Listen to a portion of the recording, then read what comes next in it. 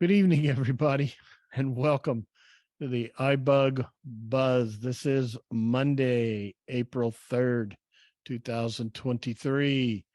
My name is Brad Snyder here at the microphone tonight for Maria Christic, who is under the weather. And I am joined by the ladybug herself, Sandhya Rao. The iBUG Buzz is an open forum where we discuss all things in the iOS world. That means hardware such as your iPhones, your iPads, your iPod Touch, if you're still using those. We talk about also maybe even the Apple Watch and the Apple TV. We'll talk about applications for these devices, and we'll also talk hardware. If you got your Bluetooth headphones, your keyboards, any other device that works with the iOS world is game for this call and our discussion tonight. Let's see. This call is recorded and can be found in various places once it's been produced, among them our website and various podcasts. So I guess that's all I need to introduce for now. I hand it over to Sandhya, who's going to tell us what's going on in the iBUG world this week and possibly beyond. Sandhya? All right. Thank you, Brad. Yes, we are in another busy week ahead of us. So all times are central. Everything is on Zoom unless specified otherwise. So for the next 2 hours, we're going to be talking about all things related to your iPhone.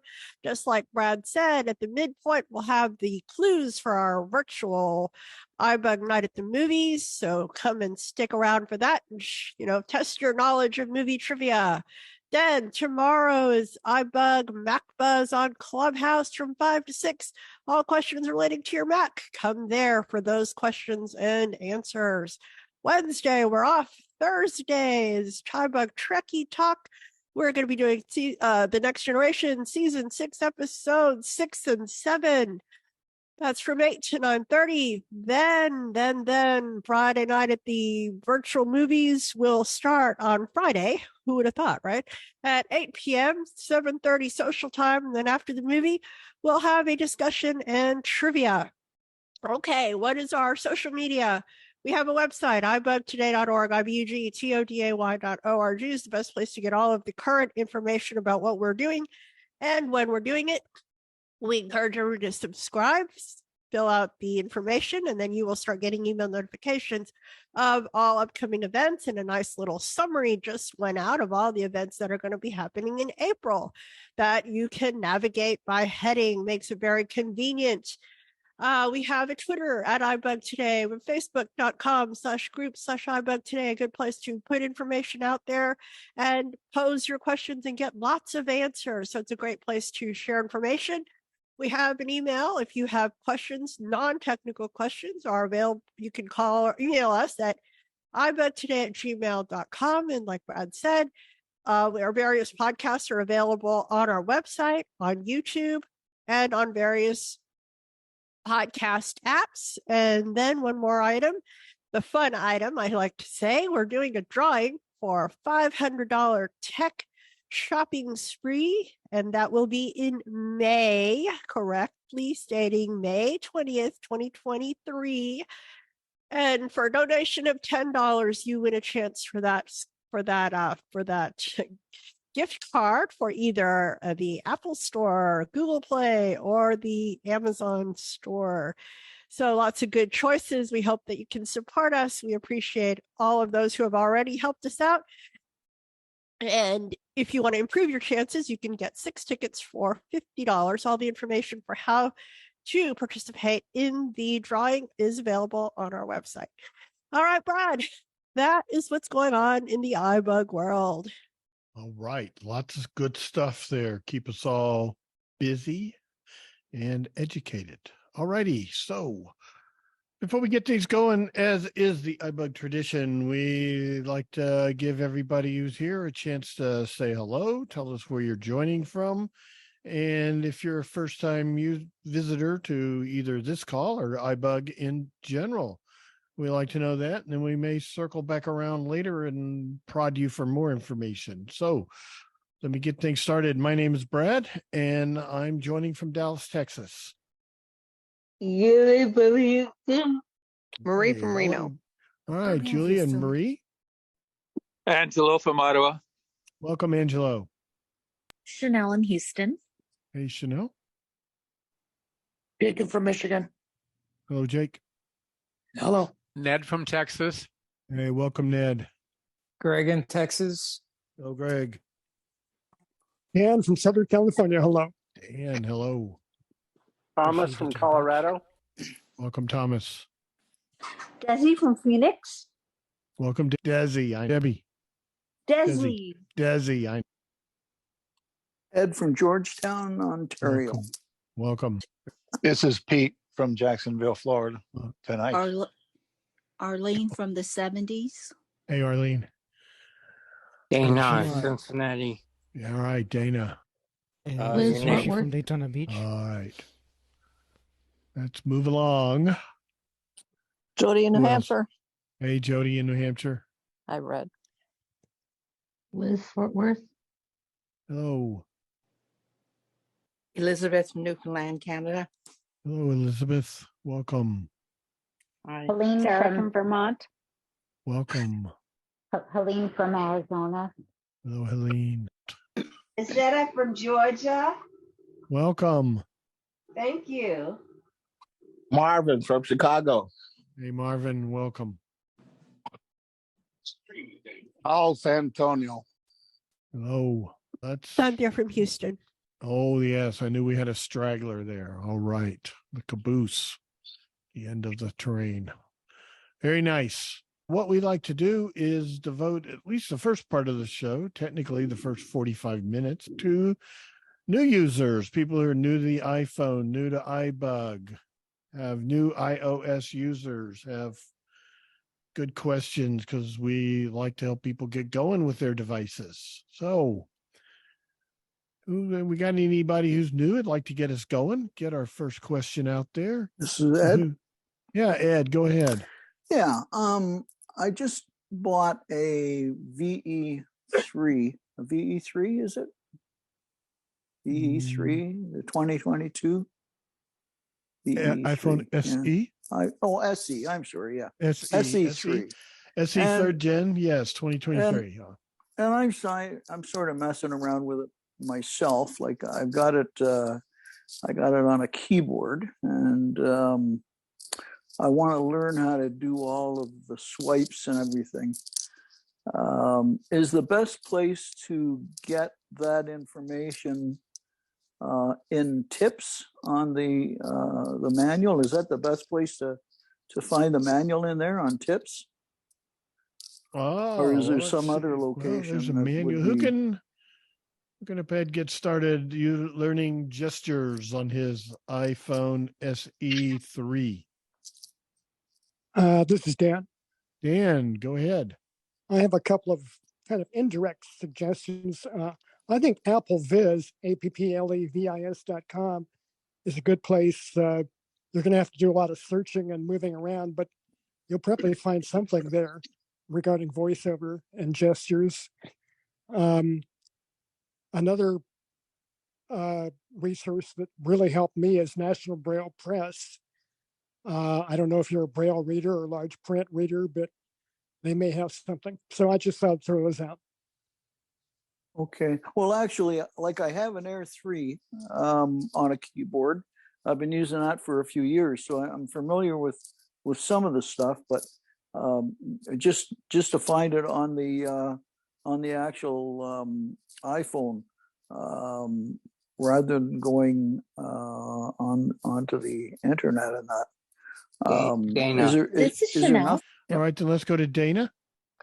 Yeah, Ed, you can also go to settings on your iPhone and down to, I believe, accessibility, and then down to commands. And there's a list of all the swiping commands. Okay, thank you. I think there's one more in there. I think you got to go to voiceover settings. first, and then you'll find it. Voiceover, yeah. But I was thinking the same thing, Dana. Great minds thanks, Brad. think alike. Yeah. Okay, let's go to Chanel next. Yeah, I was actually thinking along the same lines as Dana, but I was wondering if it could be helpful for you to get into the voiceover practice gestures mode. And you can do that in two ways. The simplest might be to do a 4-finger double tap. That is a lot of fingers, and I know that sometimes that's tricky, but if you just press, do a 4-finger double tap, that will bring up like a keyboard help or a voiceover help more accurately. And so you can swipe around, tap, do things, and find out what the gestures that you're doing, what they do, what behavior. So otherwise, if it's hard to do that gesture, you can go to settings, voiceover, and then practice and get into that mode. Once you're in that mode, how do you get out of it? Oh, you do a scrub, a 2-finger scrub. Some people call it a Z gesture, but I like to think of it as I'm just taking 2 fingers. And sorry, Herbie's phone is out here. I did not know. I am taking 2 fingers and scrubbing them back and forward really fast. That's the scrub gesture. Zigzag. Or that 4-finger double tap will get you out of it too. Oh, yeah, I guess that will. All right. Toggles it on, toggles it off. But lots of ways. It's okay, thank you. Testing Chanel there. This is Pete. All righty. Yeah, Pete, go ahead. Ed, you mentioned the Tips app on the iPhone. I do not believe that there is anything specifically targeting voiceover gestures in the Tips app. There's other things, but I don't think gestures is among them. Okay, thank you. It seems like a little ways back I heard Marie. Did you have anything to add, Marie? Did I hear you? I guess not. I was going to say pretty much the same thing, Chanel. Just didn't want to leave you out. Yep. Settings, accessibility, voiceover. That's your Right. friend. Great, your friend. thank you. All Okay. right. Lots of stuff there to digest, Ed. Good luck. Thomas in Okay. Colorado. Okay, go ahead. Yeah, just real quick on that same thing. Does anybody know what because there is a keystroke gesture or keystroke that you can use on the Bluetooth keyboard to turn that on and off. Does anybody know what that is? Caps K. Well, VO modifier K. Ah, And if perfect. if you have your VO modifier set to be the caps lock, yes, it would be caps lock K. Perfect. Thank you so And much. I'll turn it Thomas off is as then well. Speaking. Ah, perfect. Both keyboard as well as gestures. Who's got a next question? We're off to a good start. This is Greg. Yes, Greg. Okay, so this is another gesture type question. So if I have a Bluetooth keyboard hooked up to my iPhone, and if I'm in the Notes app, I can type stuff. And if I want to start a new paragraph, I can hit the enter key a couple times to just the return key. If I'm composing a mail message, if I'm composing an email, and if I want to do a second paragraph and I type that enter key, it sends the email. So my question message is or mail, iMessage, email in the mail app. I'm composing an email. And yeah, Sandhya. Oh, she didn't say Okay, anything. all right. I'm composing an email, and I want to do a second paragraph in that email, and so I hit the return key on the keyboard, and it does not do a new line. It sends the email. So, what is the keyboard command to do a new line? This is Chanel. Go ahead, Chanel. It is Command Enter, I believe. I'm pretty sure it's Command Enter. That's what I thought Pete. of. Go ahead, Pete. Okay. It's actually Option Enter, I think, Chanel. Oh, okay. Well, you learn something new every day. Yeah. And I thought Okay. it did. I thought Return did work in the Mail app, but in the Messages app, it's Option Enter, I think. Yeah, it's messages. Yeah, in mail, it sends the message. Interesting. But It thank you, does in guys. it definitely sends it in the Messages Yeah. app. All right. This is Desi. Yes, Desi. I was going to say that in messages, if you're writing a message and you hit your return key, it will send the message. Absolutely. But in my experience, when you're in your mail app writing, you can hit the return key all you want, put in new lines and all that stuff, and it does not send the message. Well, maybe Greg's iPhone works differently. Perhaps. I don't know. Perhaps. Yes. Well, thank you. This is Dan. Yes, Dan. Okay, haven't upgraded to iOS 16 yet, but I know a lot of you people have. I'm going to do it later this month. My question is, will VoiceOver read updated my brain just dropped out, upgraded notices or notifications? That's it. Will VoiceOver read updated notifications on the lock screen automatically? For example, if you're waiting for an Uber, will VoiceOver read those updated notifications on the lock screen as they come in iOS 16? Who can help Dan out with notifications on iOS 16 or iOS 16.4? Just iOS 16 in general, right? General, but okay. iOS 16.4, obviously the latest one. Yeah, that's the latest one, but I didn't know if you were waiting to update to the 16.4 or just update to 16.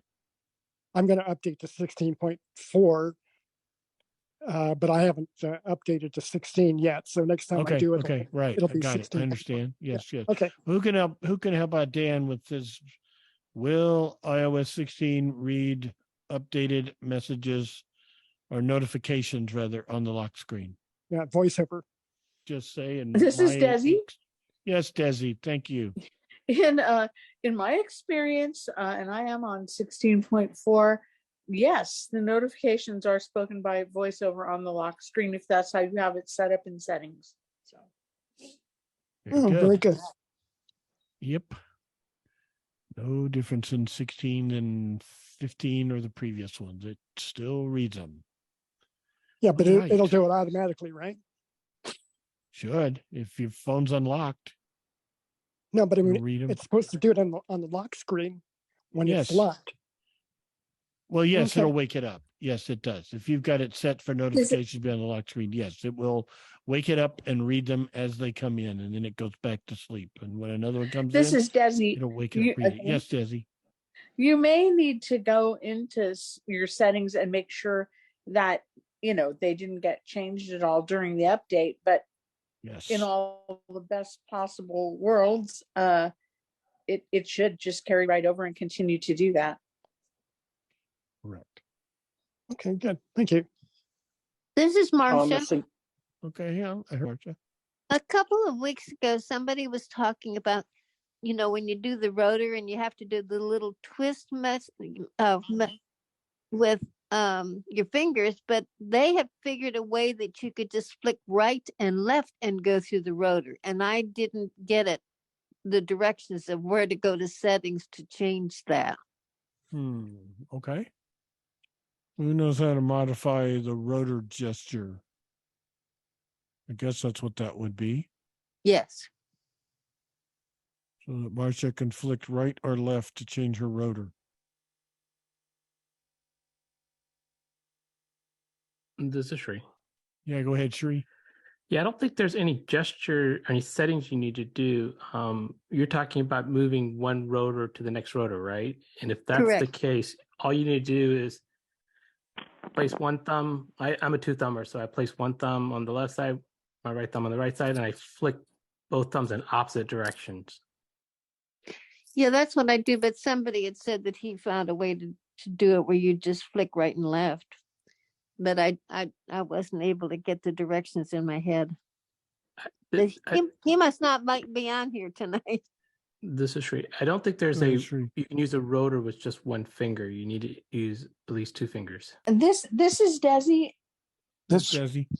I wanted to back Marcia up on this. I kind of remember that too, but I don't remember who said it or exactly what they said because I wasn't needing to do it. But there is somewhere where you can go in,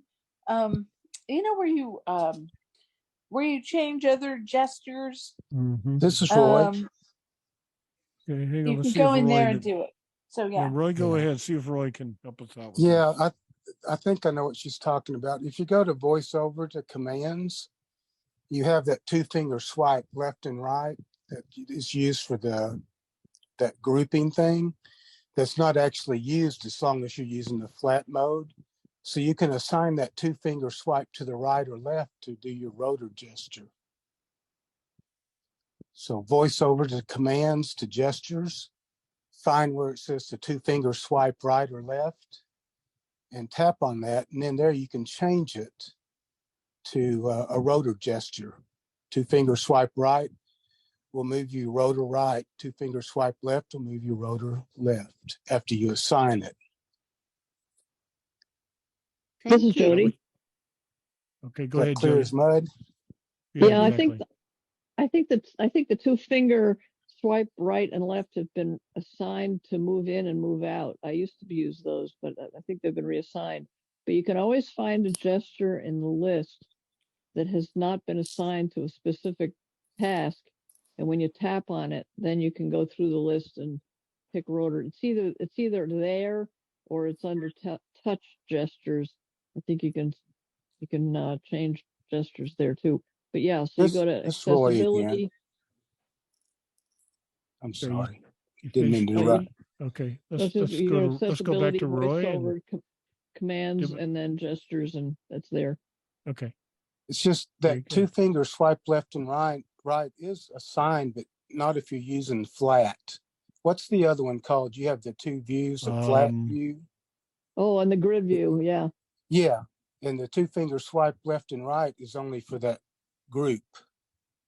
If you're doing the flat, which everybody is, then they're not being used at all. Okay. And then you can assign them to your rotor gesture in commands. Is that what you're looking for, Marcia? I hope so. I'll just All have righty, to give explore. it a try. See if it Thank you. works. Thank you, Brad. All righty, let's go to Thomas. He's been patiently waiting.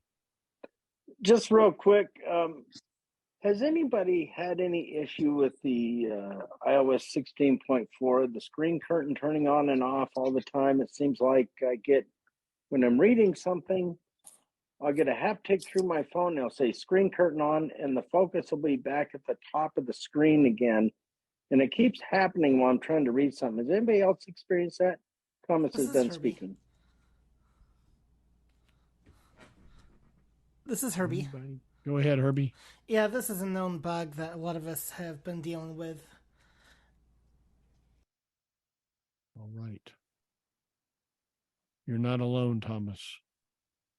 All right, thank you. All righty. And this is Herbie something I wanted to mention real quick about go ahead, mail and Herbie. Bluetooth keyboard. So I've been doing some testing while everybody's been talking. So to send a message in mail, it is actually not Option Enter or Command Enter. It is Command Shift D. And in I think he was asking how to add a line. So in mail it is Enter, and in messages it is Option Enter.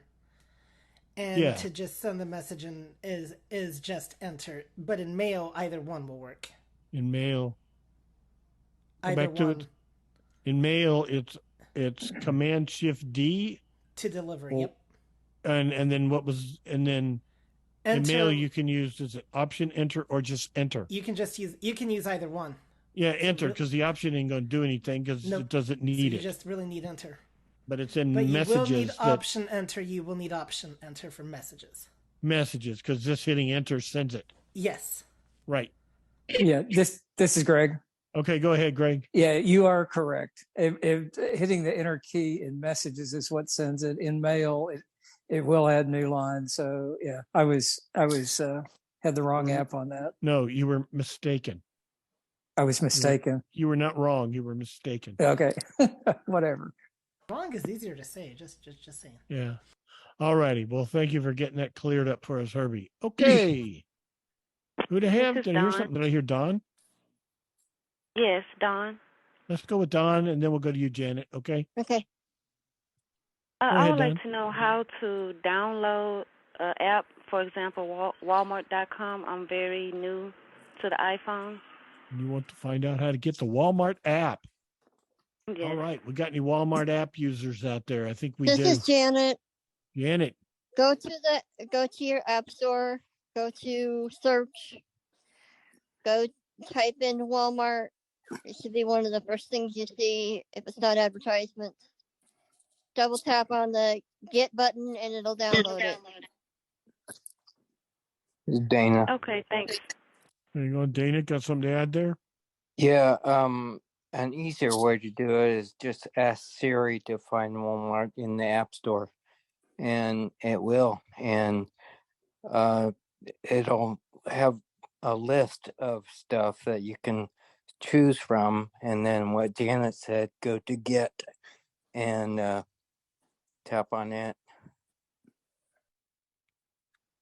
All right. Okay. And do keep in mind, if you've never downloaded anything from the App Store, it's probably going to ask you to enter your Apple ID. Yeah, enter your password. Yeah. Yep. Oh Like, yeah, I I've forgot never, that part. I've Sorry never about that. downloaded anything. Yep. It's going to ask you it'll to ask sign you to in. enter your sign in with your password. Mhm. Or fingerprint if you got a fingerprint. Or Yeah, but you'll have to type in your password the first time. After that, okay. you can fingerprint or Face ID or Touch ID. But that very first time, you got to type it in. All righty. Very good. Now, Janet, you had a question. Yes. So my question is there a way that you can, I have it set so that my messages go to my phone and my watch. Is there a way that I can set it so that, or maybe there isn't a way, I don't know. When you delete one from one, it'll delete it from the other.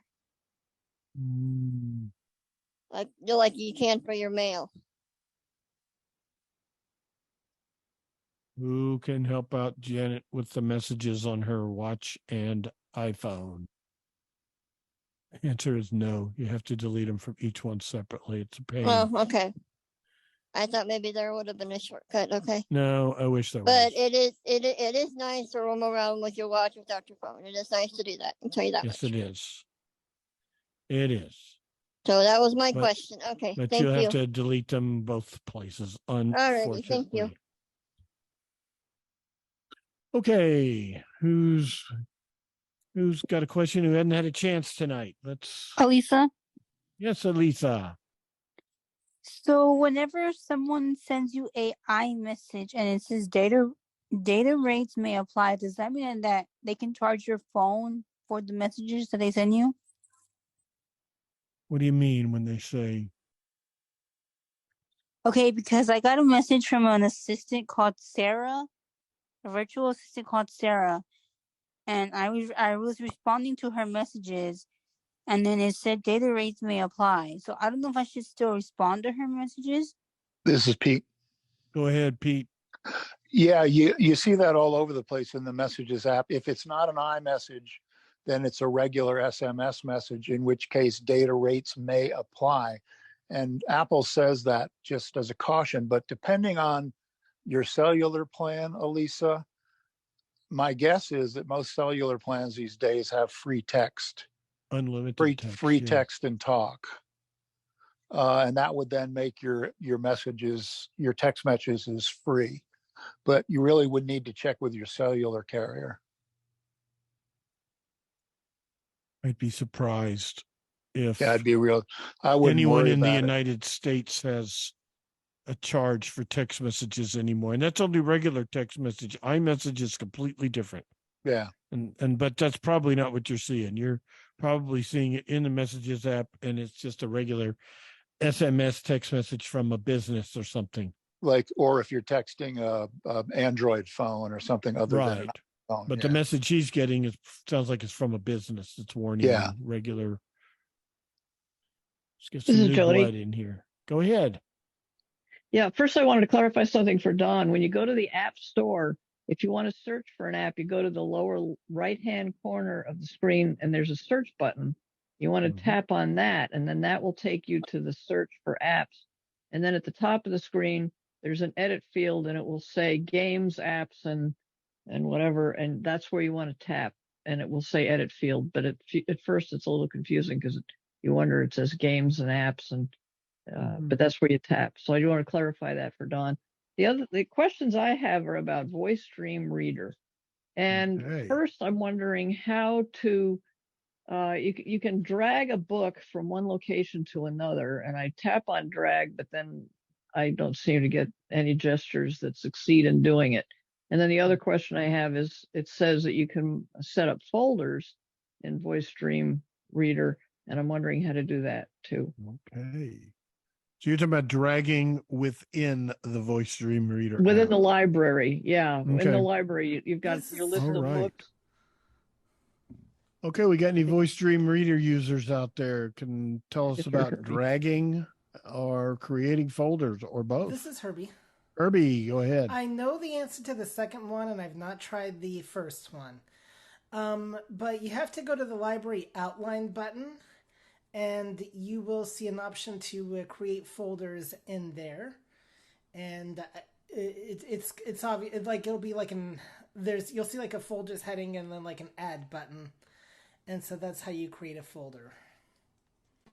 This is Jody. Go ahead, Jody. Where would the outline button be? It's at the very top. The very top. Okay. Well, thank you. Yep.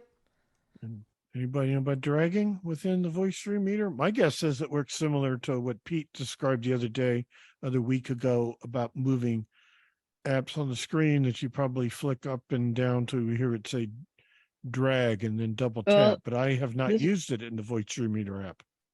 Yeah, this is Jody. No, I tried every way you can drag using other apps, and it didn't seem to work. So I just I tried touch and drag. I tried rotor. I tried the same way that you move apps by tapping on it and then tapping on the location to put it, and it nothing seems to work. I can always write to the developer. They're usually pretty good. Well, I'd anybody ask you gets a first. chance to look at that, maybe somebody will look at it and see if they can have a play with it and let us know what they find out. Great, thank you. All righty. Thank you, Jody. That's a good question. This is Karen. Yes, go ahead. Yes. Is anybody having a problem with that screen, not the lock screen with the clock, but when it's, when the screen's completely black, the phone's still talking? And it's like it's so annoying. Like shut down, like you locked it and it's still talking? Yes. Yes, I've had that happen. Okay. Just Oh my God. Unlock it, touch the screen, it'll stop. Or But touch it with two fingers. It's not supposed to do that though, right? No, of course not. Okay. But it does it. It has a mind of its own. No, I've experienced that off and on for quite a while.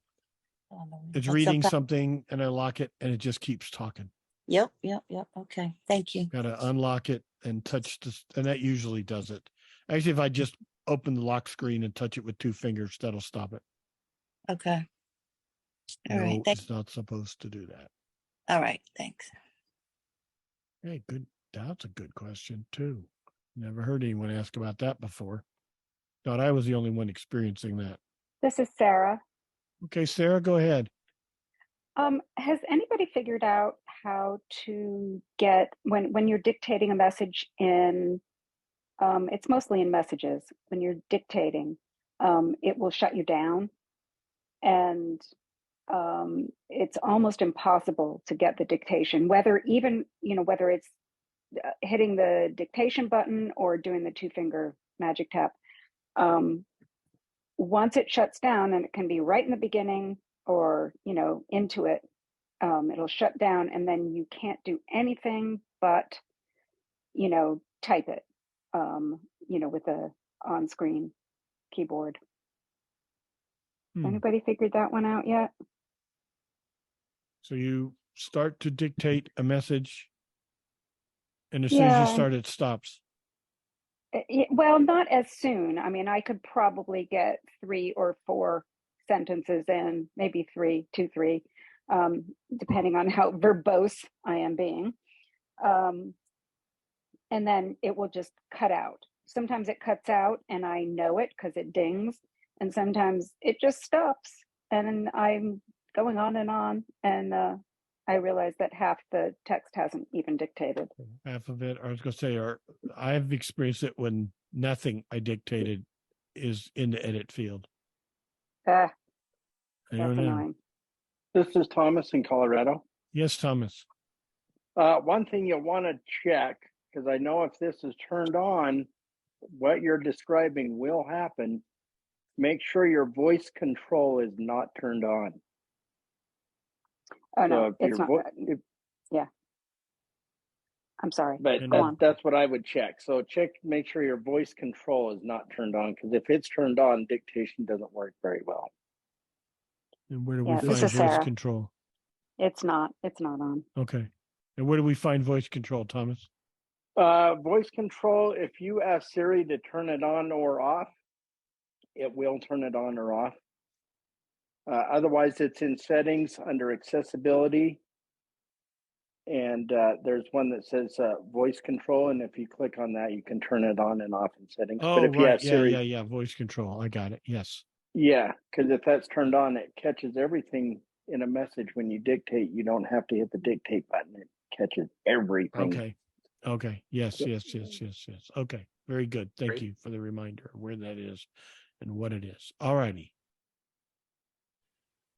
Was there anything else, Sarah? Did we get it? No. Oh, no. Sorry. No, because voice control is that hands-off thing. Oh, that's right. You said or it's off. hands-free Yes, thing. it's a hands-off And thing. Yes, that's not it. Totally off. It's I've been hearing from a bunch of people that they're having some of the same problems. I mean, Yeah. sometimes I'll just do really short messages, 3 or 4 I've of been them experiencing it since iOS 16 came out. So Yep. I figured it just didn't like me. No, it doesn't like me either. Okay, Sheree, go ahead. I just had a question. Do you know when that happens if the microphone is dimmed on the virtual keyboard? I don't know. Don't know. Can't see it. Don't know. This is Pete. Yeah, Pete. I just wanted to add that I have not experienced that. The only time I've come close is, and I don't even know if it's still in place, where there's a limit to your dictation. It used to be a limit of 30 seconds or something like that, and you would get the closing bell. But I have never had it completely stop or, feel like the bell has chimed prematurely. So I don't know if that makes it a bug, or maybe I've got the bug because it's working. I will say it does seem like they allow you to talk longer now before it times you out. Go ahead, Sarah. You can definitely do longer messages. But I think there may be a place on the phone in the settings where you can elongate that 30-second rule, or whatever it is. Does anybody know where that is? This is Pete. Go ahead, Pete. I know that it is not in the settings app under messages settings, because I'm preparing for a demonstration on that, and there's no setting or element or button which seems to imply that it would affect the length of or the duration that you can dictate. So it's not in there. Yeah, I looked there too. This Roy. Yes, Roy. Hey, Sarah, when you're doing the dictate, are you doing the 2-finger double tap, or are you tapping on the dictate button? This is Sarah. Normally I do the 2-finger double tap, but I've been trying the dictation button as well, or instead, and I get the same results. Oh, okay. Yeah. I find the dictate button to be a little more reliable if you've already tried it. So Yeah. much for that. Yeah, thank you. This is Pete. Okay, Pete. If you haven't done it, and you probably have, Sarah, try shutting down your phone and restarting it and see if that maybe clears out a problem. Okay. Yep. I can do that. Rebooting fixes lots of gremlins. Yeah, it does. Yeah. I have to do that to my watch too, probably because Siri doesn't work there anymore. Okay. So the gremlins are in my house. They're everywhere. They're everywhere. All righty. We're getting close to the top of that hour, but we got lots of time left. So anyone hadn't had a chance, now's your time. Arlene. Go ahead, Arlene. So my iPad, the clock kept talking all the time, even when it was off. So how I fixed the problem was I changed the location of the clock app because it was the first app. Mm-hmm. And so now that I know how to change apps, I moved it, the location on the home page, and now it doesn't talk anymore. So if you have it as the first one, I don't know why that's where mine was, and that's why it kept talking. But now, since it has a new home, it doesn't talk anymore. All right. Wow. This is Shri. Let's go ahead, Shri. Yeah, it just made me think of it. It's just like, if you have your focus on the status bar and it's on the clock, it'll just like every 5-6 seconds or 10 seconds, it'll repeat the time. Yeah, or every time the time changes, it'll repeat it. Yeah. It'll say it every minute or so. That's true. That's because your focus is on the status bar.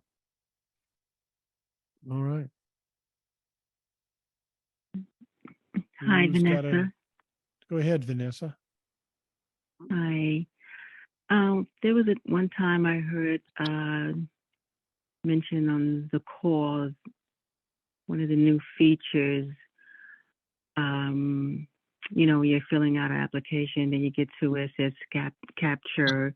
You got to put in the word or the picture, and someone was saying that there's a new feature now that we don't have to do that. So I'm just wondering if there's something on the phone that has to be activated in settings, or if I'm not sure. Who knows about a CAPTCHA solver that could be in our iOS devices? Is that a This is Jody. iOS feature? Go ahead, Jody.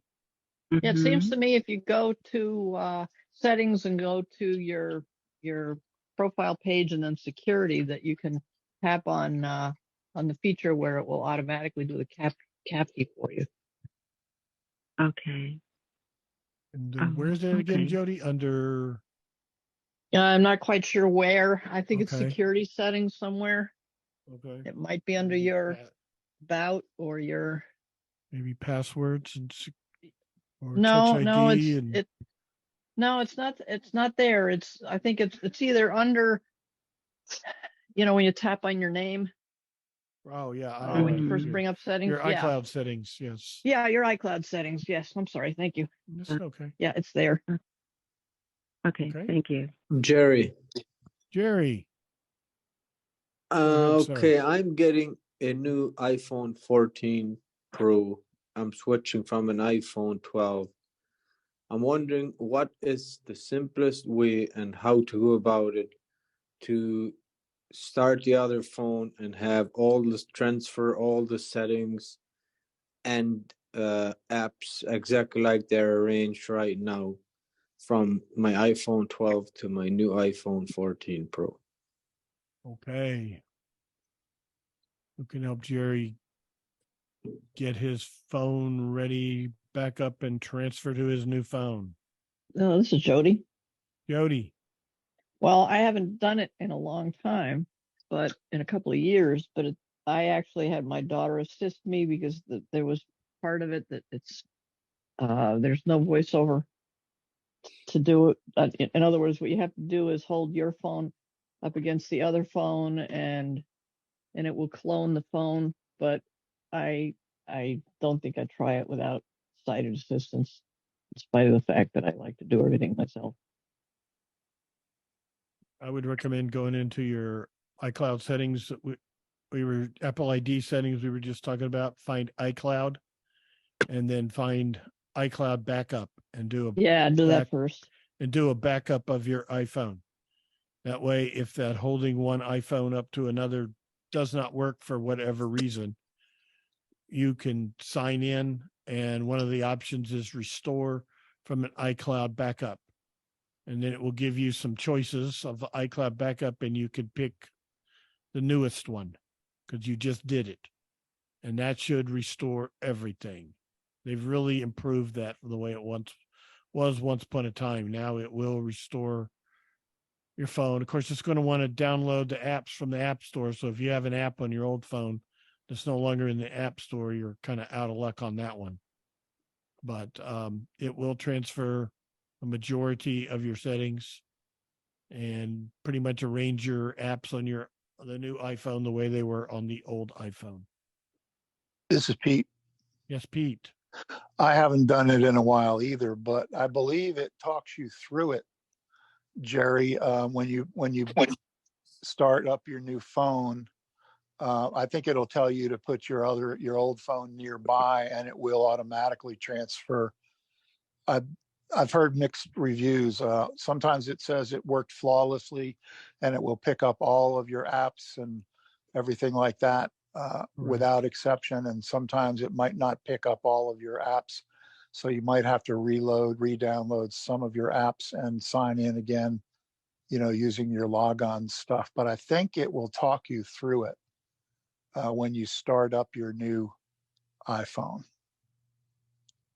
And if you turn on your new iPhone and don't touch it, it should start talking after a while, as long as you don't touch it. Some people say you should be able to triple click the home button. The side button. However, if you do that right as it just started to talk, you have turned it off and you can't turn it back on. Because it's in the shortcut, but I don't think it's set up yet originally. Go ahead. Is that Janet? Janet. My husband a while back when I got my new phone was able to set mine up. Basically, I think it uses doesn't it use the camera of the phones? It'll use that. It'll put something on the screen. Yes, that's how the one iPhone next to the other will do it. It puts a code on the screen, and the iPhone's got to look at it or something. Yep. But yeah, it can be done by a blind person. You just have to know how to do it, right? But he has been able to do it. I've never been able to get it to work, and I've always had to resort to that iCloud, restore from an iCloud backup. Jerry here. Yeah, Jerry, go ahead. If you do it from the iCloud backup, will it sign you back into all the apps you were signed in, and approximately how long does it take? I guess that depends on how much data you have. Correct. And as far as does it sign in, I don't know for sure. This is Liz. Go ahead, Liz. No, it'll sign you out of just about every app that you had signed in on.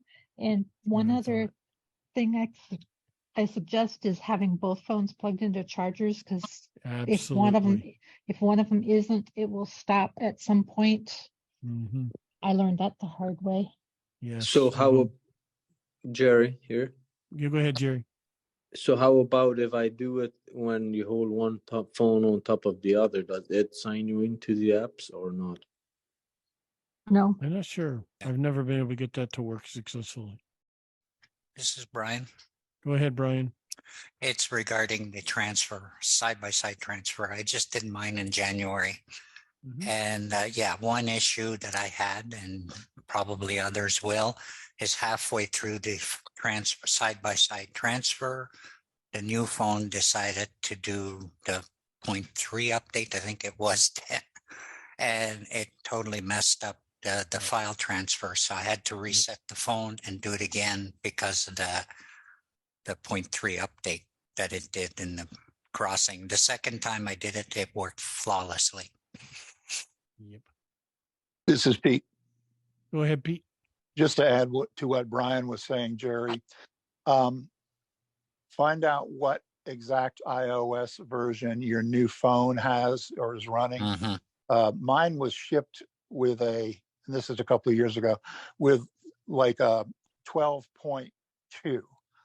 And I had updated to 12.3 on the phone that I had been using. And that discrepancy is kind of like what Brian is talking about. So be sure they're exactly the same iOS versions. And that will eliminate another problem there. Yeah. Chances are, if you get a new phone today, it's not going to have 16.4 on it, because by the time Right. it was manufactured, put in a box, shipped Yep. from wherever it was A month ago. manufactured, Yeah. wherever you got it, it's been a while, and it may not even be on 16.3. But if you've updated your new phone to 16.4, that alone will cause a problem, because the two of them are not on the same iOS. Mm-hmm. Yeah, I'll make sure it's updated first and then I'll try it. Okay, thank you. All righty. Okay, we got a few more minutes. Who's got a quick question or two? We can see if we This can get is Desi. Yes, Desi. I wanted to say, I don't know if anybody else followed up on this while I was looking, but I did go into settings and under my name and under password and security, and the CAPTCHA thing is called automatic verification. And it is supposed to be turned on by default. But it did say in the article that I read that not all websites are set up to use it. So you still may run into a CAPTCHA once in a while, but it should minimize them if you use it. So that's all I got. Good. Very good. Thank you, Desi. You're welcome. This is Jody with a comment. Yes, Jody. So if you have an old phone that you're not able to update to 16, say you've got an iPhone 8 or something, or 7, and you're not able to update it to 16, then you're going to have a real problem, because that old phone isn't going to be at the same iOS level as the new phone. I don't know what you do. True. I think the iCloud backup may work. Yeah. Because it's your data. Okay. This is Herbie. Go ahead, Herbie. Yeah, the bigger issue is actually not upgrading from an older OS to a newer one. It's vice versa. So let's say you've got a phone that you just got, and it has 16.3 in it, but your current phone has done 16.4. Yes. That's not going to be able to problem.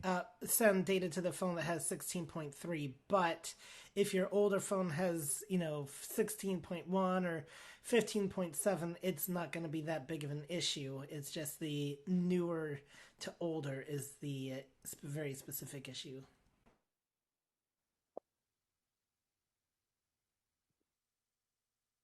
Okay. We have. This is Jody again. Jody, perfect. I just wanted to thank Herbie. I went into Voice Stream Reader and found where he was talking about, and thank you. This is Greg. Greg, go ahead real quick. Yeah, just a quick follow-up to Jody. I just tried to move some books in Voice Stream Reader to folders, and I did not have any problem. I just flicked down till it said on a book until it said move, double tapped, and went up to the library, and that's where it provided the listing, and went to folders and expanded that. And then went down to the folder I wanted and double tapped, and I don't know, it worked okay for me. All right, Jody, thank you. All righty, thank you, Greg. Thank you, Jody. Thank you, everybody. And with that, we are at the halfway point. We're at the top of the midway hour. So I'm going to hand the baton over to the Ladybug, Sandhya. All right, thank you, Brad. Thank you, Brad. Very good. Lots of great questions there. So now we're going to give anybody who didn't get to say hello a chance to say hello, who you are, and where you're from. Virginia. Priscilla from Arlington, Texas. Hello, the Queen has arrived. Welcome, and hey, Shri, welcome. So now is the time that we get to find out what the clues are for our movie. And with those unbelievably inscrutable clues is our very own, well, I think it's our iBUG guy. iBUG guy, are you out there?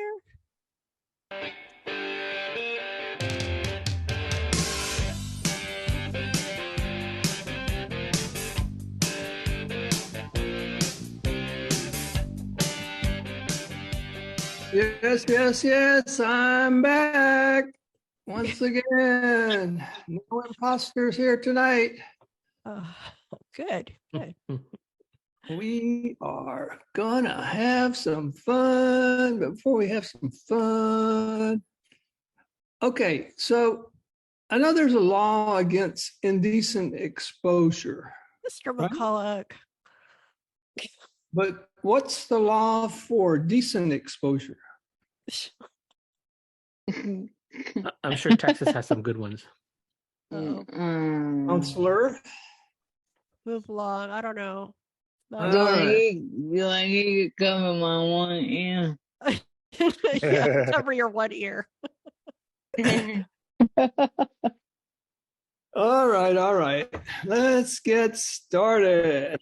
What are we doing? Oh, we've got some clues for everyone to figure out what we're going to have for a movie this coming Friday night. Did you tell the time and all that already? No. So this Friday, 8 p.m., iBUG Night at the Virtual Movies, 8 p.m. Central Time, right here on the same Zoom channel. Come in early for the pre-movie social for all kinds of shenanigans. And stick around after the movie for some discussion and trivia about the movie. All right. Oh, we got a few rules for this clue guessing game. You have to say your name, wait to be recognized, and you can guess your title of the movie. And you get one guess per clue. All right. Now it is time for Broke the sound barrier. Okay, very good. My dog's barking. All right. Here we go with clue number 1. Our film this week takes place mainly on the West Coast in the early 2000s.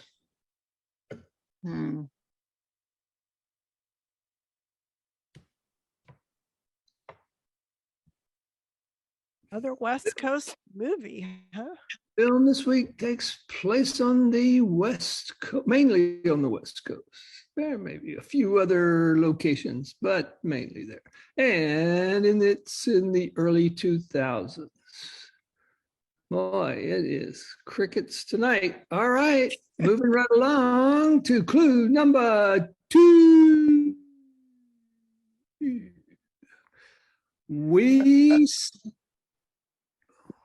Somebody's making comment. Go on.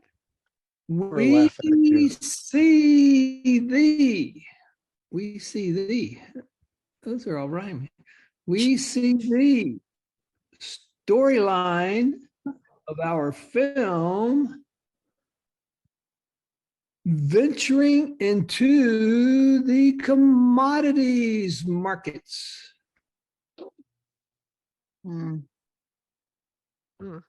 Pete. Mr. Pete. The Wolf of Wall Street. Ooh, the Wolf of Wall Street is on the other West Coast, but good guess. This is Shree. Oh, by the way, I just want to say what an excellent job Pete did. If you missed it Saturday night at our Melodies and Memories iBUG Plug session, he had some great trivia, great songs from the 70s, and you should have been there. And we'll be doing it again in another few months for songs from the 80s. So be sure to look out for that. Oh, there we go. Shree. Is it Moneyball? Moneyball. Oh, good flick. Good guess, Shree. But ding, ding, ding, ding, ding. Yeah, Shree, good job. Got it. Way to go. Great movie. About baseball. Wow. I didn't even say transporter. 2 guesses. Yeah. Man. Wow. We're going to get to at least clue 5 before. Thank you, Shree. Good job, Shree. All right. Way to go, Shri. What gave it away? Tell me. I based it on the one that Pete said, and then it was the other one that I thought about. The West Coast is what I would have gotten. Yeah. Oakland A's, right? Shri was using the old noodle on that one. Okay, yes, it is the Oakland A's who changed the way baseball and many other sports are now played. Okay, here we go. What are we supposed to do? Oh, we got to give him something, don't we? All right, Johnny, what do we have for Shri tonight? All right, Shri. Well, you'll figure this one out, but you have a year's supply of Girl Scout cookies. You get to pick your own flavor. There you go. That's what you got. And if you're wondering why, you will find out on Friday. All right, very good. Thank you, Mr. McCullough. So Moneyball, this Friday, it is been nominated. It was nominated for 6 Oscars back in 2012 and stars Brad Pitt and Robin Wright and Jonah Hill and some other people. Brad Pitt. So come join us this Calm down. Friday. Really good movie. All right. If you knew how many people have told me I look just like Brad Pitt. Really?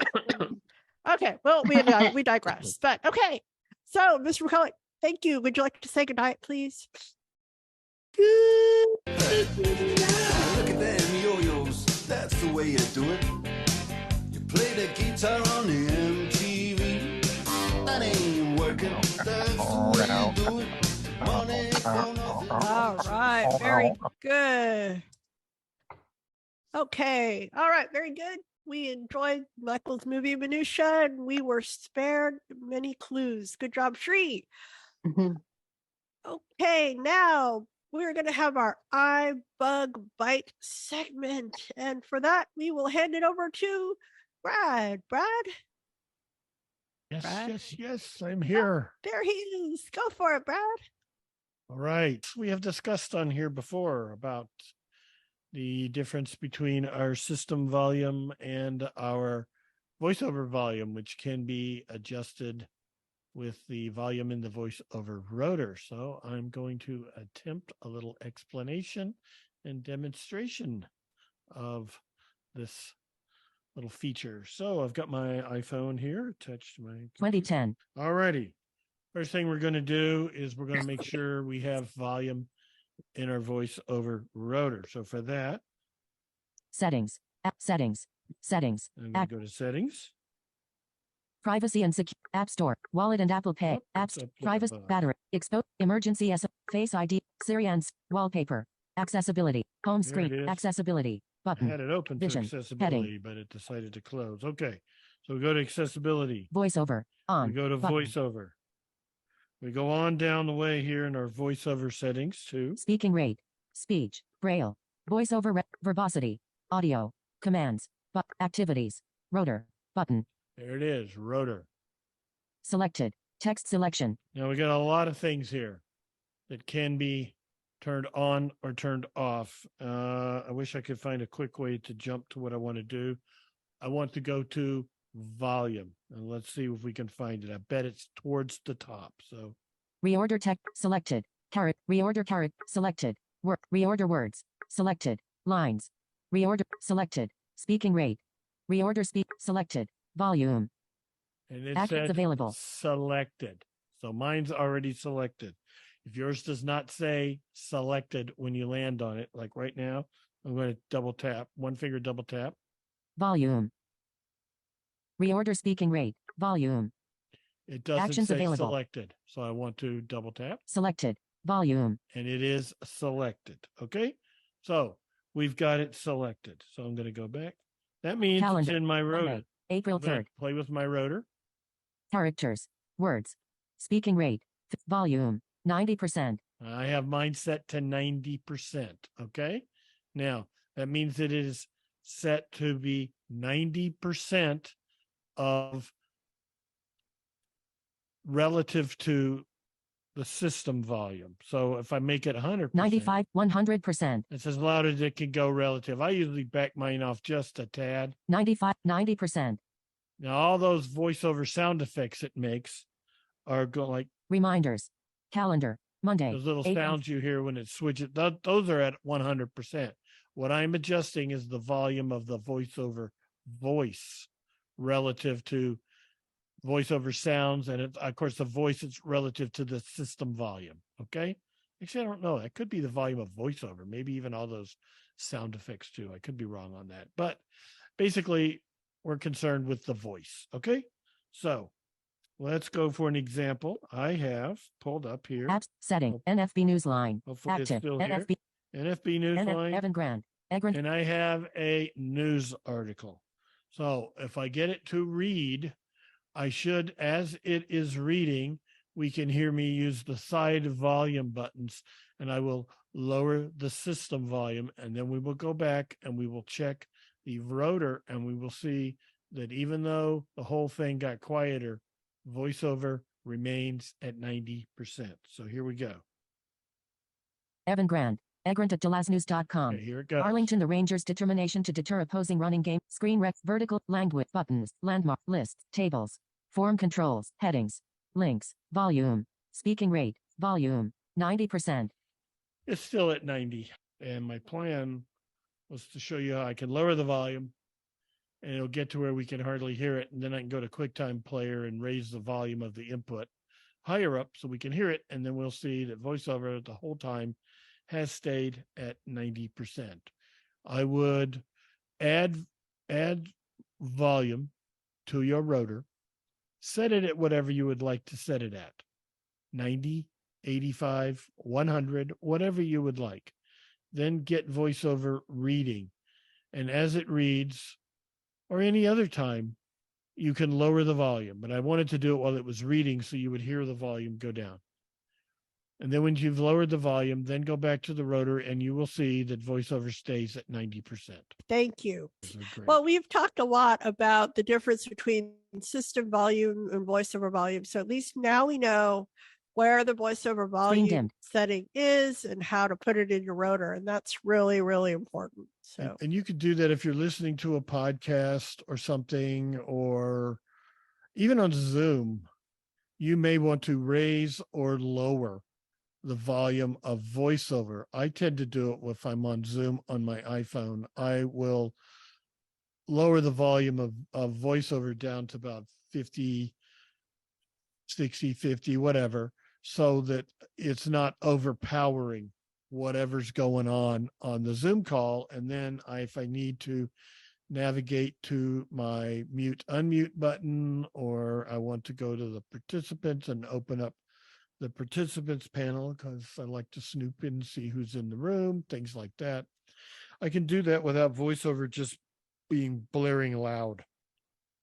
So it works in all kinds of different situations that it's a very handy thing. And all right, who has a question for Brad? This is Pete. Hey, Pete, go ahead. I understand what you're saying, and I believe you, except I think the reading of the article that you were is actually voiceover. It is. That's voiceover we're hearing, right? It's voiceover we were hearing, but I tried it, and when you use the side buttons, it does not change the volume that is set in the rotor. That stays put. Well, it's what it always was. It's 90% relative to the system volume. Right. So as your system volume got lower with the buttons, everything voiceover would also get lower. It gets lower, yes, because it's set to whatever it is, be it 100%, 90%, 80%. It stays at 80% of relative to the system volume. All right. Anybody else? Questions for Brad? Somebody else. Ed? Yes, Ed. Yeah. About you went in and added volume to the rotor. There is on the keyboard, for instance, and you're not using a keyboard, right? No. You're just okay. On the keyboard, there's keyboard. I think it's called keyboard shortcuts. It's on the home button, and there's a place in there where you can put rotor settings in there. So you just, I think you double the keyboard in the keyboard. Yeah, on the hard keyboard. Yeah, I'm not talking about that. You may be able to. But I was wondering, is there the same sort of thing with just using the iPhone or iPad that you can do that shortcut I don't know. version? I haven't messed with that. I don't know if it's possible to have a shortcut for the voiceover rotor volume or not. This is Sandhya. Go ahead, Sandhya. Okay, so if you're asking if you can control your rotor on your Bluetooth keyboard, you can do that. Yes. And you can use your arrow keys, and you do combinations of the right arrow and the up arrow to go one way, the left arrow and the up arrow the other way. So that's a combination, but what are you asking? Instead of using your rotor, is there a shortcut version on just the keyboard? I don't know. Like I said, I haven't looked at that. That may be something for another demo, another day, but that might be actually a very good topic to look at. Okay. So I will actually look at that and see, because like I said, that is a good topic, but that's beyond what we're talking about here tonight. This is Jody. Go ahead, Jody. When you turn audio ducking on or off, how does that influence the balance between the two? I've never really. I don't know. I don't like audio ducking. I've never liked it. It has a mind of its own. I would imagine. I don't think it's going to change what the voiceover rotor is set at. That's set at what it is, but audio ducking is going to cause it to lower the volume of the content. For example, if you're listening to a podcast, it's going to lower the volume. It's going to lower the system volume while voiceover is speaking, and then it allows the system volume to come back up. So it's ducking the system volume. But I don't believe it changes the volume that is set for the setting for volume in the voiceover rotor, I believe, is unaffected by whether or not audio ducking is doing its thing or not. All right. Keep going. Anybody else? This is Herbie. This is David. Yeah. Okay, let's go Herbie and then David. I just wanted to say, Brad, that you were correct that if you have audio ducking on, the voiceover volume is going to stay the same no matter what you have it set to. Because it's ducking the system volume, not the voiceover volume. It's not affecting the voiceover volume. It reduces it slightly. Okay, go ahead, David. Oh, yeah, another way you can get to your voiceover volume is do that 2-finger quadruple tap for the voiceover settings. And then you go to the bottom and it has the volume on there. I took the volume out of my rotor because sometimes I accidentally adjust it when I don't want to. So it's easy to kind of and how are you getting to it? Tell me again. You do that voiceover quick settings thing they had. Oh, okay, yeah. The 2-finger quadruple tap. Okay, right. And that's adjusting the same thing. Just going just get you there to it through a different place. Yeah. Yeah. You go to settings. Yes. Very good. Thank you, David. If you can do the 2-finger quadruple tap, that's kind of. All right, Brad. I think we're good. Thank you, Brad. You're good. You're welcome. Very good. Okay. Now resume with our regularly scheduled questions. Anybody who didn't have a turn? This is Sri. Go, Sri. I do want to make a comment that I brought this issue up before, but with iOS 16.4, it fixed it, and that is I'm able to relabel the in the contacts. I couldn't change my wife's phone number from home to work or to something else. Now I'm able to do that after the update. Hey, cool. Good to know. Actually, I learned something along the way this weekend. I had sent a message to Brad, and then it said, Brad sent you a message. And I was like, okay, well, where is it? and I said, Brad, why'd you send me an empty message? He said, well, you said, did you update 16.4? I said, no, not yet. So if I had, then I would have seen I'm assuming it was an emoji. So I haven't seen yet. It It's was one of the new emojis that were introduced in 16. Is it the moose? Is it the moose, Brad? Maybe. Okay, We'll have good. to update to find out. But I I know, do I know gotta- I sent my wife the pink heart. I know. I know. And I she- don't deserve. And the all she pink got, heart. and all she got was a blank, a question mark, is what it was. She said, "Why did you send me a question mark?" Exactly. I That's said, "I what I didn't. was like. Have you updated?" She said, "No." Uh-huh. So I said, "Well, update." So she updated, and then she had a pink heart. Okay. All right. Well, I'm hoping for the moose. Thank you, Brad. Okay. So note to self, need to update. Okay. All right. Next question. This is Alice from Alabama. Go ahead, ma'am. Go ahead. Okay.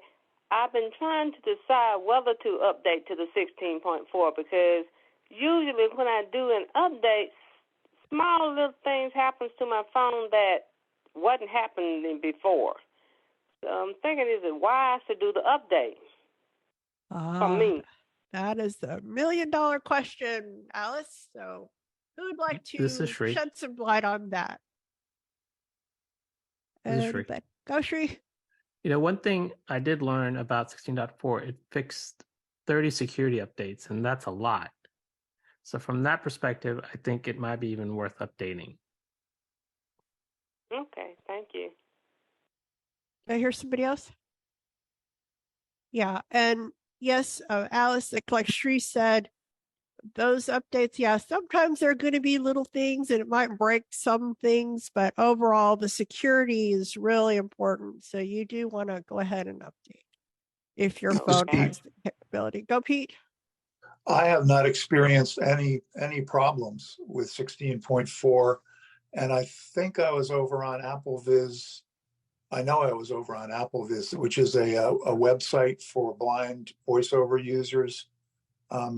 And I don't think there were a lot of bugs or problems that were identified with the 16.4. It's gotten a pretty good review. So I would say, based on those 30 security updates, it's well worth it. All right. Thank you, Pete. Good luck, Alice. Lisa, go ahead.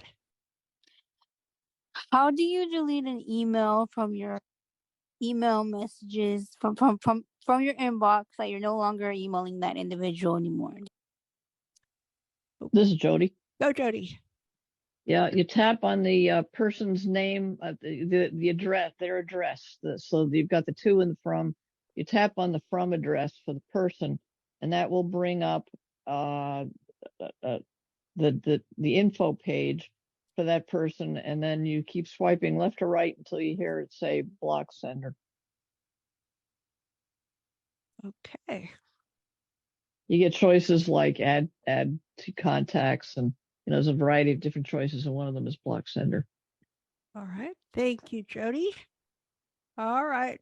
There you go, Lisa. Hopefully that will help. Thank you. Good question. All right. Who else? This is Jody. Go ahead. Yeah, I was the one that asked the question last week, so see, I pay attention. Anyway, I just wanted to comment on something that I've been doing lately that's been kind of a lot of fun. A lot of national restaurants have menus that you can find on their website, Chili's and Longhorn, places like that. And then a lot of local restaurants have menus on their websites as well. So what I've been doing is I've been going to all my local restaurants on my phone in Safari. And when I get to their website and I get to their menu, I go down to share, and then I keep swiping right till it says add to home screen. And then that brings up a page where you can change the name. So you could, say Elm City Brewery and is the name. And then you go to add to home screen to the button. And then it forms an icon on your screen, just like an app. And then I set up a folder with all the local restaurant menus. So it's kind of cool when you want to access your local restaurants. Yeah, so you're basically implementing some of the strategies we talked about at the Apple workshop about moving icons and folders. So great. Yep. That's what we like to hear. Thank you. All right. Who else? Sandhya, this is Jerry from Vermont. Go ahead, Jerry. Welcome. How are you? Good. Sorry, I got on late tonight. A lot of action going on here. Anyway, I have a problem. Actually, I think we can talk about iPads on here, right? Yeah. Yeah. Okay. Um, I have a clock widget on my iPad that is stuck on Cupertino. I can't get it to. I've done everything. I've reset the regular clock. The app. I have looked at the settings.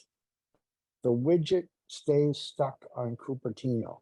Is this some kind of an Apple curse or what? How do I get it off?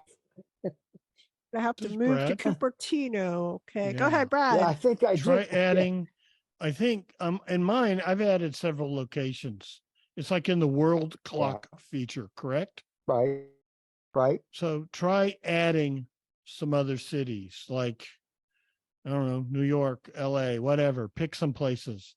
And once you have more than one, you can probably go back and eliminate the ones you don't want. But I bet you that it requires there to be at least one in there, because I got rid of Cupertino a long time ago. Okay. Yeah, I'm talking about the widget now. Oh, the world clock is set correctly, but the widget, I don't know. Maybe if I add more cities to the widget, it'll do the same thing. Well, I can certainly try that. Have you gone into world clock and added more cities? Yeah, but and they don't show doesn't up in the seem to widget. take. No, it's just Cupertino. Well, try I adding feel like more cities or widgets for cities, and then maybe you can get rid of the Cupertino. I thought you were talking about world clock, but yes, you did say Well, I widget. am, but yeah, I am talking about world clock because I can't get the world clock to communicate with the widget. You know what I mean? This is Shri. Oh, Shri. Have you tried to either swipe right or left on the widget? Yeah. I'm sorry, did you say yes? Yeah. Kind of break it up, Jerry. You said yes? Yes. Yes. Okay. And does it show up other times when you swipe right? It shows up. No, it shows up just Cupertino 3 hours back or whatever it is. I think it's 3 hours back. No, I don't know. Do you have a lot of the clock apps on your phone? I have chimes, but that seems to, I haven't really reset chimes on the iPad. Yeah.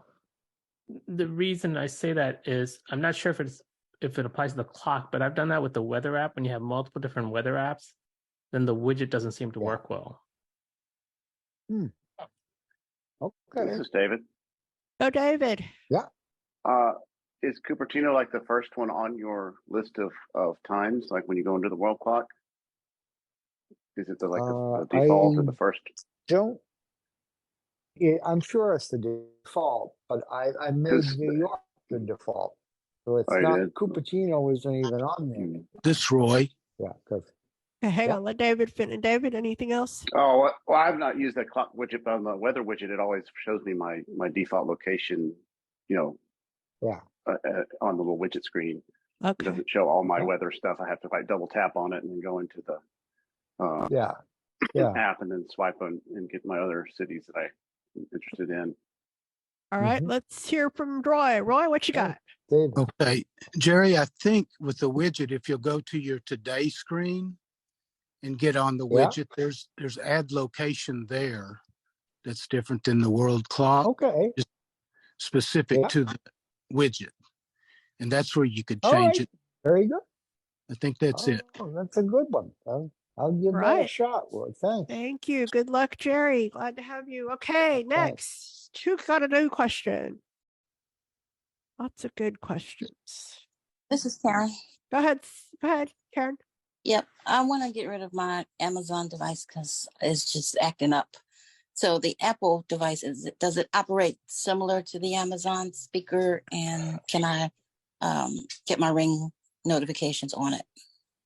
Okay, so you're thinking about getting like a HomePod or something? Yes. Okay, who would like to?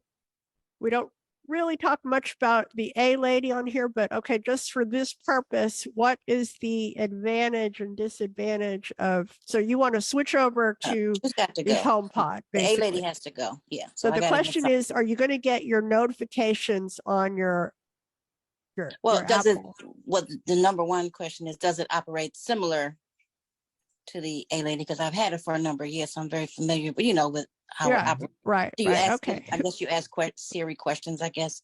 Yeah. And also, can you get Ring notifications on it? Okay. Shree's going to help you out. Go, Shree. I would say personally, if you're looking for a music perspective, it's going to sound better. But if you're asking for questions and responses, it's going to be worse. Yeah, This is David. Go, David. Yeah, I found that the HomePod does not really support any third-party apps. Like it won't support Spotify. You can do Apple Music, of course, like Sri said, and I'm sure it sounds really good. And you can AirPlay stuff to it from like music-wise. If you have something on your phone, you can AirPlay it or tap. You can tap your phone onto the little HomePod, and it'll transfer. But for the Ring, I think you need the app, and I'm not aware that the HomePod has any really app capabilities. So I think you might not be able to use. You could probably call your A-Lady support line, and maybe they could tell you. But they would know about the Apple device, I guess. So what This we're is saying Jody. is, yeah, who's that? Jody. you can have an Go, app for your Jody. phone. On the iPhone, you can run the Ring and all that stuff, But I don't think on the HomePod, not the HomePod. Yeah, not the HomePod. Go Okay. ahead, Jody. Yeah, I think the versatility of the A lady is fantastic. But if there's features about it that you don't like, you can always go into your A lady app and change settings there if there's features you don't like. But I do think that the Ring doorbell is specific for the A lady. Right. Yes. Great question. And the Apple is more just for music, right? I guess that's what people are saying. It doesn't have all of the capabilities that the A lady does it's just not integrated with other third-party apps like David was saying. Okay, who was that? Greg? Yeah, this is Greg. Go ahead. Yeah, the Ring doorbell on the phone. My experience has been you download the Ring app, and then there's also a separate app called Rapid Ring. It's a companion app, but it's real sluggish on the phone. It's much quicker on the A lady. Okay, so what we're saying then is you could use your Ring doorbell app on your phone, not per se the HomePod, but just literally on your iPhone. That's what Greg is saying. So that's another Correct. option. But it's not going to be as quick and responsive as the A lady device. Okay. Okay. Thank you. All right. And that's being kind. Sorry, Greg. What? That's being kind. Yeah. It's Okay. horrible Go on the phone. Go, Shree, and then move I was on. going to say, this is going to also depend on what type of A-Lady device you have in reference to that. So just, talk to Amazon. I'm sure they'll help you. No, the A lady has to go. She has to go. Okay. Yeah. All right. Thank you. Okay. All right. Thank you, Karen. All right. Next, new question. Who'd like to go? This is Jody. I'm just curious as to why. I mean, I know that's not part of this call. Yeah, let's just move on. Why would you hate Okay. the A lady? All I right. got 7 A ladies. I love every one of them. Yeah. This is Okay. Shree. Next, moving on. Who else? New question. This is Greg. Go, Greg. So I have been going into the control center and frequently using focus, do not disturb. But in the course of navigating there, a lot of times I'll get to the brightness and the volume. And I've noticed that specifically with the brightness, it's jumping all over the place. Like sometimes when I go in to turn focus on, brightness will be at 70%. And the next time I go in, it'll be at 0%. And occasionally I pass my phone off to my wife to look at something. And of course I want some brightness then, but for me, I could have it set to 0. But why is it jumping around? Okay. Anybody? Why is Greg's brightness Jumping around. This is Herbie. I actually do know this one. Okay, go Herbie. I believe your auto brightness is actually on in the settings. Hey.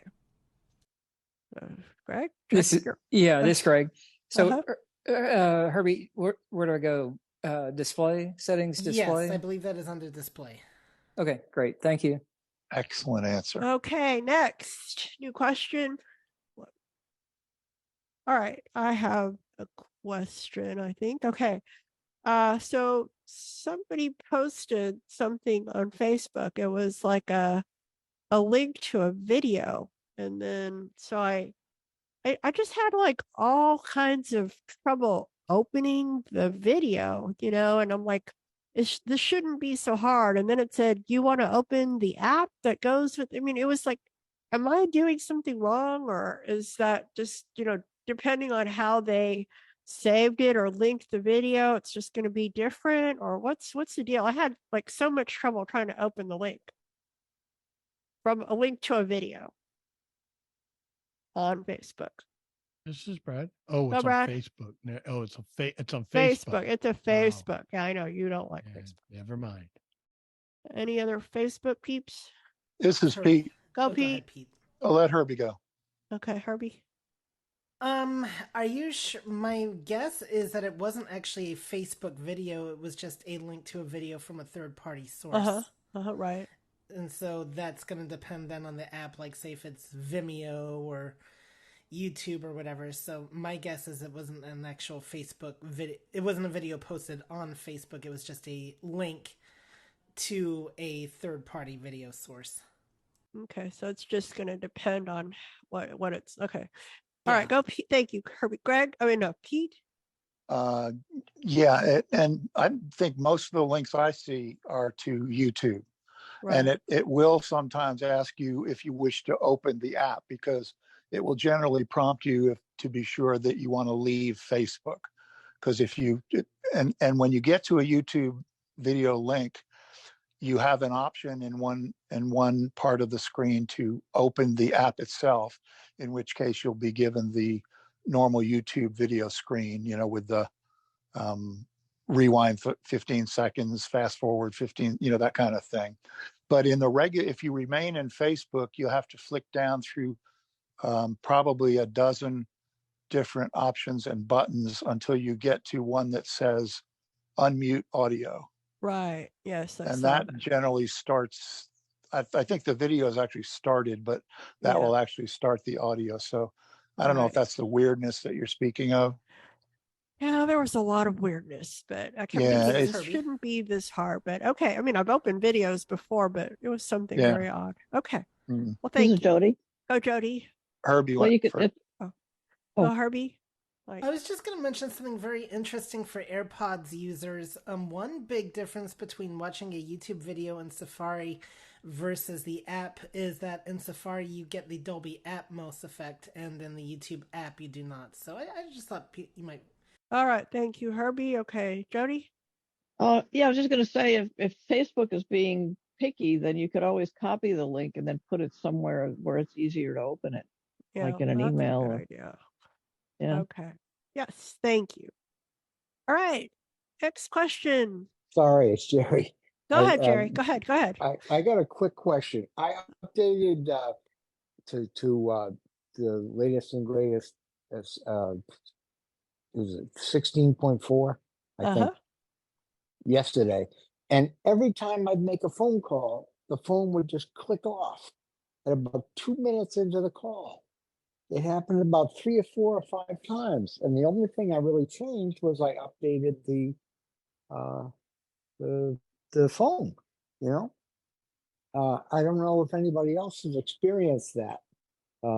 And I'm not sure it's doing it today, which is a good thing.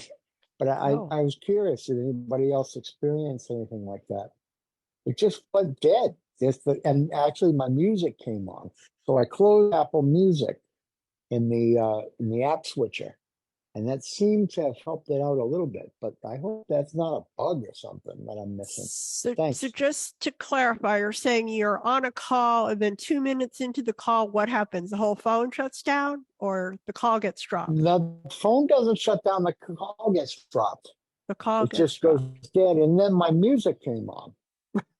But you're not Readback touching I anything. was listening You're to. not touching anything. No. Okay. No, Anybody? no, it Any just help went for Jerry? dead. Yes. This is Shree. Go Shree. I'm guessing this is a network issue. When may that be. happened, have you ever done a forced reboot? The one with the volume up and down, and then The side button. thing. Yeah, sometimes that will I have not. That will sometimes refresh some of the basic network settings with the carrier. Okay. All right. Because when you do a forced reboot, it's basically closing all the processes down and it'll restart it. Right. Okay, that's a good one, Shree. Thanks. This is Janet. Go ahead, Janet. You can also go into settings, general, about, and see if there are any updates from your carrier. Because sometimes your carrier will deliver updates. Sometimes you see them, sometimes if they deliver them, you don't even know it. But that's how you go check to see if your phone has any from your carrier. Thank you, Janet. Yep. Good luck, Jerry. Okay, next. Thanks. This is Helene. Go, Helene. Welcome. I have a reminder box that keeps coming up, and it's from about a month ago, and that's why I don't use reminders and things like this. But it just keeps saying reminder Monday, therapy appointment, but it isn't true. And so I just flick my finger up, and it says clear, and then I double tap.